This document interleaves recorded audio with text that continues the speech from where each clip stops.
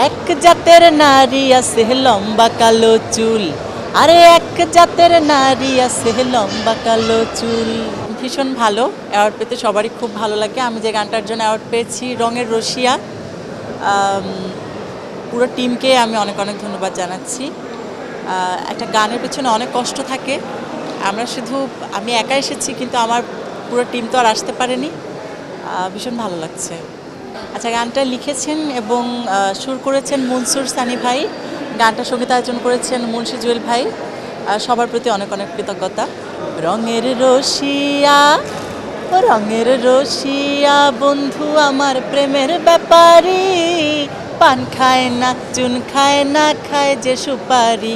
রঙের রসিয়া বন্ধু আমার প্রেমের ব্যাপারী, পান খায় না চুন খায় না খায় যে সুপারি। জনপ্রিয়তাকে একেবারে অন্য মাত্রায় নিয়ে গেছেন আপনি।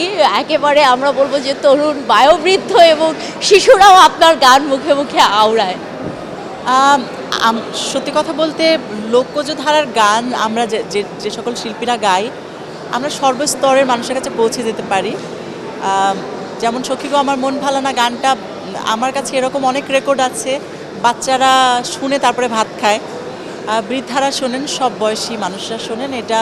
কারণ লোকগান তো আমাদের মা এবং মাটির নারীর সাথে সংযুক্ত, এজন্য সব শ্রেণীর মানুষরা আমাদের এই গানগুলো শোনেন। এক জাতের নারী আছে লম্বা কালো চুল, আরে এক জাতের নারী আছে লম্বা কালো চুল। সেই নারী বছর বছর ঘরে ফোটায় ফুল সখী গো, ওহো আমার মন ভালা না সখী গো, হয় আমার মন ভালা না। আমাদের নতুন দুইটা কাজ আসছে, আমি এবং আমার ভাই আকাশ মাহমুদ। আমাদের দ্বৈত কণ্ঠে খুব দারুণ দুটি গান রিলিজ হয়েছে, তার মধ্যে বাটি চালান একটি গান। আশা রাখছি ইউটিউবে গেলে শ্রোতারা খুঁজে পাবেন। একটাই কথা বলতে চাই, আমাদের দর্শকরা অনেক ভালো। লোকগানের ধারা এভাবে অব্যাহত থাকুক, আপনারা বেশি বেশি করে লোকগান শুনুন, লোকগানকে এভাবেই হৃদয়ে ধারণ করুন।